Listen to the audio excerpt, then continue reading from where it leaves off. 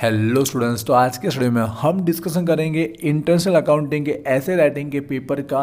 तो इस सब्जेक्ट की प्रिपरेशन स्टार्ट करने से पहले आज का वीडियो प्लीज एंड तक जरूर देखिएगा, जहां पर हम इसके 70 मार्क के अकॉर्डिंग जो पेपर पैटर्न होगी उसको लेकर बात करेंगे और हर एक क्वेश्चन के एकदम डिटेल में बात करने लगे कहाँ पर कितने मार्क का किस तरह से क्वेश्चन पूछा जाएगा और हमें ये 4 क्वेश्चन किस तरह से अटेम्प्ट करने रहेंगे और कम से कम टाइम में कैसे प्रिपरेशन होगी उसकी स्ट्रेटेजी के रिगार्डिंग भी मैं बात करने वाला हूँ। और लास्ट में हर एक यूनिट में से आने वाले जो आईएमपी क्वेश्चन रहेंगे इस बार की एग्जाम के लिए उसको लेकर भी मैं बात कर रहा हूँ, इसलिए इस वीडियो को प्लीज एंड तक जरूर देखिए। तो चलिए अभी स्टार्ट करते हैं। याद रखिए हमारे जो इंटरनेशनल अकाउंटिंग का ये सेकंड पेपर है, जो हमारा ऐसे राइटिंग निबंध प्रकार का जो प्रश्न होता है उस टाइप का पेपर है, जो कंप्लीट थियरिकल बेस्ड रहने वाला है। जो हमारी बुक रहती है वो यही बुक रहती है इंटरनेशनल अकाउंटिंग गुजराती वाले समझ जाएंगे, जहाँ पर हमारा सेकंड पेपर निकल के आता है जो यहाँ पर हमको कोड दिया गया 511, ठीक है, ऐसे राइटिंग वाला। तो इसी बुक में से हमको वो तैयारी करनी जो कंप्लीट थियरिकल रहेगा। तो चलिए अभी स्टार्ट करते हैं। तो पहले पेपर पैटर्न की बात करते हैं। तो ये सब्जेक्ट का भी हमको 70 मार्क का ही पेपर देखने को मिलेगा, जहाँ पर 2.5 आवर टाइमिंग रहने वाला है। इस पेपर में हमको टोटल 4 क्वेश्चन ही देखने को मिलेंगे और जो एक एक क्वेश्चन रहेगा वो एक एक यूनिट में से निकल के आने वाला है। अब एग्जाम में क्या ये ऐसे राइटिंग का जो पेपर है उसकी मार्किंग ध्यान से सुनिएगा। जो एक ही यूनिट में से जो क्वेश्चन बन के आएगा वो 35 मार्क का रहने वाला है। चारों 4 क्वेश्चन 35 के रहेंगे, तो हमको 4 क्वेश्चन अटेम्प्ट करने नहीं है, क्योंकि यहाँ पर पेपर 140 मार्क का हो जाता है। तो एग्जाम में 70 मार्क के लिए याद रखिएगा 99% मेरे एक्सपीरियंस के बेस पर फर्स्ट यूनिट के ऑप्शन में सेकंड रहता है, फर्स्ट के यूनिट के ऑप्शन में सेकंड रहता है और थर्ड के ऑप्शन में फोर्थ रहता है। 90% ऐसे होने के चांसेस है पिछले इतने साले पेपर को भी देखते हुए, ठीक है। तो इसी के अकॉर्डिंग हमको तैयारी करनी रहेगी। तो अब क्या रहेगा, जो फर्स्ट सेकंड में से कोई एक ही क्वेश्चन आप अटेम्प्ट कीजिएगा, ठीक है। 35 मार्क का रहेगा, मैं समझाऊंगा कैसे रहेगा। एक ही क्वेश्चन अटेम्प्ट करना रहेगा, वहीं पर थर्ड और फोर्थ में से कोई एक अटेम्प्ट करना है। तो यहाँ 2 क्वेश्चन जब आप अटेम्प्ट करोगे 35 के, तो आपके ऑलरेडी 70 मार्क कंप्लीट हो जाएगा और आपको टाइम भी अच्छे से मिलेगा लिखने के लिए। अभी 35 पर डायरेक्ट कैसे पूछा जा सकता है, तो याद बता दूं मैं आपको, जो एक यूनिट का जो पूछा जाएगा क्वेश्चन उसमें आपको 4 से 5 क्वेश्चन देखने को मिलेंगे। उस चैप्टर के मेन जो कोर टॉपिक है, कॉन्सेप्ट है, डिटेल में पूछ ली जाएगी। जो मेथड है सारा डिटेल में पूछा जाएगा, आपको डिटेल में लिखना रहेगा। मार्किंग क्लियर हो गया होगा और 4 से 5 क्वेश्चन हो गए, समझ में आ चुका। अब इसको अटेम्प्ट करते समय लिखना कैसे है वो मैं समझा जाऊँगा। तो 35 मार्क अगर आपको अच्छे से अच्छे मार्क लाने हैं, जो टॉपिक पूछेगा 3-4 आप अच्छे से पॉइंट वाइज प्रेजेंटेशन करते हो तो आपका 10 पेज भी लिखते हो, 10 से 12 पेज, तो भी आपका वहाँ पर कंप्लीट हो जाता है। ऐसा नहीं है कि एक क्वेश्चन में आप कंप्लीट सप्लीमेंट्री भर दो, ठीक है। टाइमिंग को देखते हो 1 आवर तो आपको इनफ मिलता ही। तो एक पेज में अगर 5 मिनट भी दोगे ना तो 10 पेज तो आप इजीली लिख दोगे, 10 से 12। तो 1 आवर तक आप इजीली उस क्वेश्चन को अच्छी तरह से लिखिएगा, जिससे क्या रहेगा आपके 20 से 25 मार्क तो 100% बन ही जाएंगे और बहुत अच्छे से लिखा होगा 30 का अराउंड भी मिल सकता है, ठीक है। तो ध्यान से लिखना अच्छा आपको आना चाहिए। तो कोई भी 2 ही क्वेश्चन लिखने इजीली टाइमिंग के साथ आपका पूरा हो जाएगा। जहाँ पर मैंने कहा 4 से 5 क्वेश्चन पूछे जाते हैं। अब पहले मैं आईएमपी बताने से पहले स्ट्रेटजी की बात करना चाहूँगा, क्योंकि जैसे आपने देखा 4 यूनिट पूछे जाएंगे, लेकिन आपको एग्जाम में कोई भी 2 ही क्वेश्चन मतलब 2 ही यूनिट रेडी करने चाहिए। तो मेरा सजेशन लास्ट वालों के लिए खास है कि कोई 2 यूनिट ही कीजिए और कौन से करने समझाऊंगा। और रेगुलर वाले स्टूडेंट्स है अगर, तो अपनी सेफ्टी के लिए एक एक्स्ट्रा पढ़ लीजिए। 4 यूनिट तो बिल्कुल इस पेपर के लिए आपको पढ़ना ही नहीं, क्योंकि कंप्लीट थियरिकल टॉपिक है। तो बोलना चाहूँगा जो इसका हमारा फर्स्ट पेपर था प्रैक्टिकल, जो ऑलरेडी हमारी एग्जाम हो चुकी होगी, आप पेपर ये जो देख रहे हो वीडियो से पहले इस सब्जेक्ट की हो चुकी है प्रैक्टिकल की, तो उस प्रैक्टिकल के अंदर आप जानते हैं कि फर्स्ट यूनिट जो था वो थियरिकल था, ठीक है। उस पेपर की बात करो फर्स्ट वाले, और जो फोर्थ यूनिट था वो भी थियरिकल था।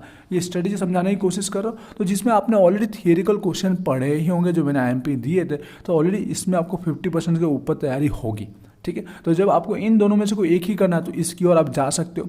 किसके अकॉर्डिंग सजेशन दे रहा आप समझ गए होंगे, पहले पेपर में हमने तैयारी की इसलिए, और इन दोनों में से इसकी ओर जा सकते हो।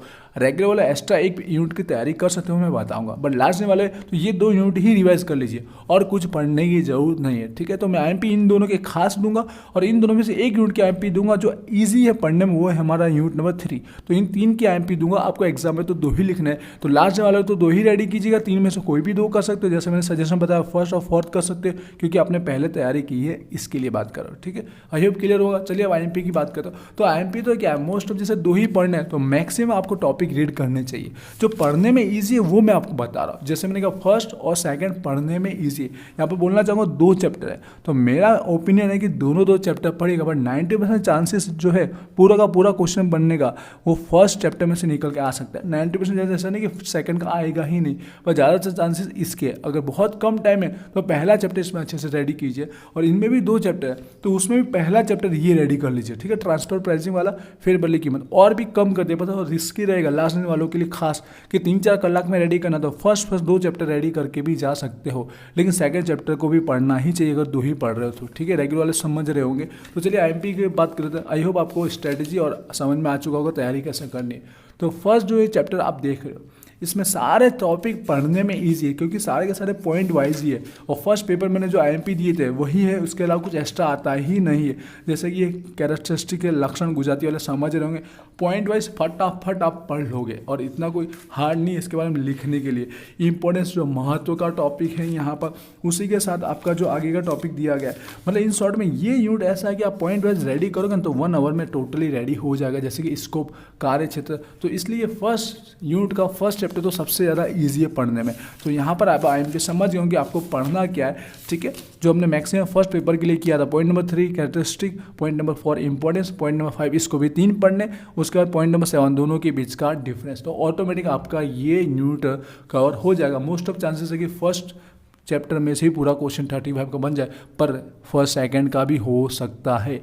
रिस्क नहीं लेना है, रेगुलर वालों को 2 ही करे तो पूरा कीजिएगा। लास्ट दिन वाले तो एक चैप्टर को पहले तैयार कर सकते हैं, पर सेकंड का भी तैयार करने की मैं सजेशन देना चाहूँगा। लेकिन लास्ट दिन टाइम ही नहीं है तो कर क्या सकते, तो फर्स्ट पहले पढ़ लीजिए। सेकंड चैप्टर फर्स्ट यूनिट की ही बात कर रहे हैं, इसमें वही पढ़ने का बोलोगे जो फर्स्ट पेपर में बोला था। यहाँ पे IFRS का टॉपिक आएगा, ग्रांटेड है। अब क्वेश्चन कैसे भी बना के पूछे, आपको ये 3 टॉपिक आने चाहिए, नंबर 5, 6, 7, जिसमें आपको उसका स्कोप आ जाएगा, उसका नीड आ जाएगा, उसके ऑब्जेक्टिव उसके अंदर आ जाएंगे। तो ऑटोमेटिक ये पढ़ लोगे ना तो आप ऑटोमेटिक उसके बारे में लिख पाओगे। और दूसरा पॉइंट नंबर 12, 13, 14 पढ़ लेना, जो सामान ढूंढने वाला जो टॉपिक है वो आपका यहाँ कवर हो जाएगा। सेकंड चैप्टर भी, ठीक है, जो ऑलरेडी पहले में दिया था वही दे रहा, एक्स्ट्रा पढ़ना ही नहीं है, तो ऑटोमेटिक वहाँ से इसकी तैयारी हो चुकी होगी। क्लियर है। अब जैसे मैंने कहा फर्स्ट तो बोला, फोर्थ मैं आपको बताऊंगा और थर्ड भी बताऊंगा, क्योंकि ये थोड़ा ईजी है पढ़ने के अंदर। थियरी फिक्स थियरी की वही 2 थियरी आएगी और कुछ आता नहीं, इसलिए इन दोनों की मैं बताने की कोशिश करूँगा, क्योंकि प्रैक्टिकल के अंदर भी इसके ऑप्शन में थियरी आई होगी जहाँ तक है, ठीक है। तो चलिए देखते हैं, यहाँ पर थर्ड नंबर के यूनिट की हम बात कर रहे हैं, जहाँ पर हमारा ये प्रैक्टिकल चैप्टर हुआ करता है, साथ में ऑप्शन में हमको थियरी मिली थी प्रैक्टिकल वाले पेपर में। तो इसके अंदर तो थियरी जाएगी, तो इसमें फिक्स वही थियरी पढ़नी। एक तो क्या रहेगा, आपको यहाँ से अंदर से बताना चाहूँगा, जो ऑब्जेक्टिव दिया गया है यहाँ पर हेतु, ये वाला टॉपिक पढ़ना, साथ में इसकी जो मेथड है, ठीक है, जो एमालगमेशन की जो संयोजन की मेथड है, दोनों 2 मेथड पढ़ लेना, ठीक है, दोनों 2। कई बार इस तरह से पूछ ले, कई बार आपको इस तरह से भी पूछा जा सकता है, तो आप इजीली वही आंसर लिखना, कुछ एक्स्ट्रा है नहीं। तो ये एक टॉपिक हुआ, आएगा यही आएगा, और दूसरा ये आएगा, दूसरा उसका जो एकत्रीकरण जो है, कंसोलिडेशन की टेक्निक, ये जहाँ पे 3 में टेक्निक है, ये तीनों को समझाना, ये दोनों साथ में इन्वॉल्व होती है 99%, और कुछ है भी नहीं थियरी। तो ये हो जाएगा कंपलसरी हमारे एग्जाम के अंदर। एक तो ऑब्जेक्टिव्स का पढ़ना, ये 2 मेथड को एक्सप्लेन करना है, वहाँ पर यहाँ पर इसकी टेक्निक समझाना, फिर मीनिंग तो पढ़ना ही पड़ेगा। लिखोगे तो मीनिंग से तो स्टार्ट करोगे तो उसको क्वेश्चन में गिना नहीं जाता है, ठीक है, कि हमको ये करना क्यों पड़ता है, उसका रीज़न भी पूछ ले कि हमको संयोजन क्यों करना पड़ता है, तो आपको एक्सप्लेन कर देना चाहिए। उसके बाद मेथड के बारे में आपको पूछेगा। क्लियर हुआ होगा। और यूनिट नंबर अभी हम लोग 3 को कंप्लीट किए। 4 नंबर के यूनिट की बात करते हैं, जो ट्रांसफर प्राइसिंग वाला है, ठीक है, माना यहाँ पे भी 2 चैप्टर है, तो लास्ट दिन वाला तो पहला चैप्टर अच्छे से रेडी कर सकते हो, पर सेकंड को इग्नोर नहीं करना, क्योंकि इसका थियरी साथ में इन्वॉल्व करके पूछा जाता ही है। तो देखिएगा थियरी कौन सी पढ़नी है। लास्ट दिन वाले तो 2 यूनिट पूरा कर लीजिए, आपका काम हो जाएगा। तो यूनिट नंबर 4 की बात करें, जो ट्रांसफर प्राइसिंग का टॉपिक है, इसमें आपको क्या पढ़ना है, तो इसमें आपको पहले पॉइंट नंबर 4 अप्रोच अभिगमों पढ़ना है, पॉइंट नंबर 5 उसके ऑब्जेक्टिव पढ़ना है, पॉइंट नंबर 7 पढ़ना ही है आर्म लेंथ प्रिंसिपल जो है भाव वाला, ठीक है, भाव वाला टॉपिक जो है ये, और इस भाव वाले की जो मेथड है पॉइंट नंबर 7 ये पढ़ लीजिएगा। तो ये 4 क्वेश्चन आप पढ़ोगे ना, आपका काम कंप्लीट हो जाएगा। समझ गए। 5, 4, 6, 7 4 टॉपिक पढ़ेगा, आपका यहाँ पर ये चैप्टर पूरा हो जाएगा। और सेकंड जो चैप्टर टैक्सेस वाला, और उसमें 3 ही टॉपिक है, उसमें अब 1-2 बोल दूँ, इससे बेटर है कि इसको थोड़ा जान लीजिएगा, थोड़ा तीनों का हल्का जान लीजिए, जिससे आप एग्जाम में लिख पाए, क्योंकि साथ में इसको इन्वॉल्व करके पूछा जाएगा। ठीक है, आपको उस चैप्टर के साथ में इसकी कोई एक थियरी इन्वॉल्व कर देगा, जिससे 35 मार्क हो जाएंगे कंप्लीट। समझ गए। आई हो आईएमपी समझिए। आईएमपी मतलब तो ये है कि उस चैप्टर को अच्छे से आपको पढ़ना है, जो क्वेश्चन है वो क्वेश्चन आएगा। ऐसा नहीं होगा कि आपने जो क्वेश्चन पढ़ा इसके मेथड और वो एग्जाम में नहीं, ऐसा हो नहीं सकता। अगर आपने इंटरनेशनल अकाउंटिंग का कोई टॉपिक पढ़ा है और वो एग्जाम में नहीं आएगा, ऐसा हो नहीं सकता, आएगा कंपलसरी है। ठीक है, हाँ, यहाँ पर ऐसा कि 2 चैप्टर तो ऐसा हो सकता है फर्स्ट में से ही पूछ ले, ऐसा हो सकता है, ये 2 शायद सेकंड इसमें से ही पूछ ले, ऐसा हो सकता है। इसलिए पहले इन दोनों को मैंने भार देने की बात की, अगर लास्ट दिन वाले तो, बट दोनों 2 ही पढ़ना सेफ्टी रहे रहेगा।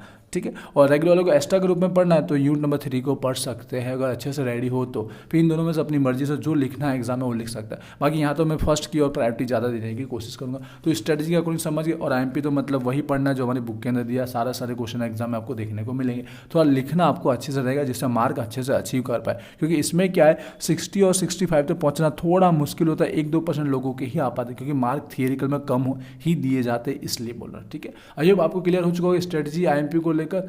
मिलते हैं नेक्स्ट वीडियो में। Wish you all the best, thank you.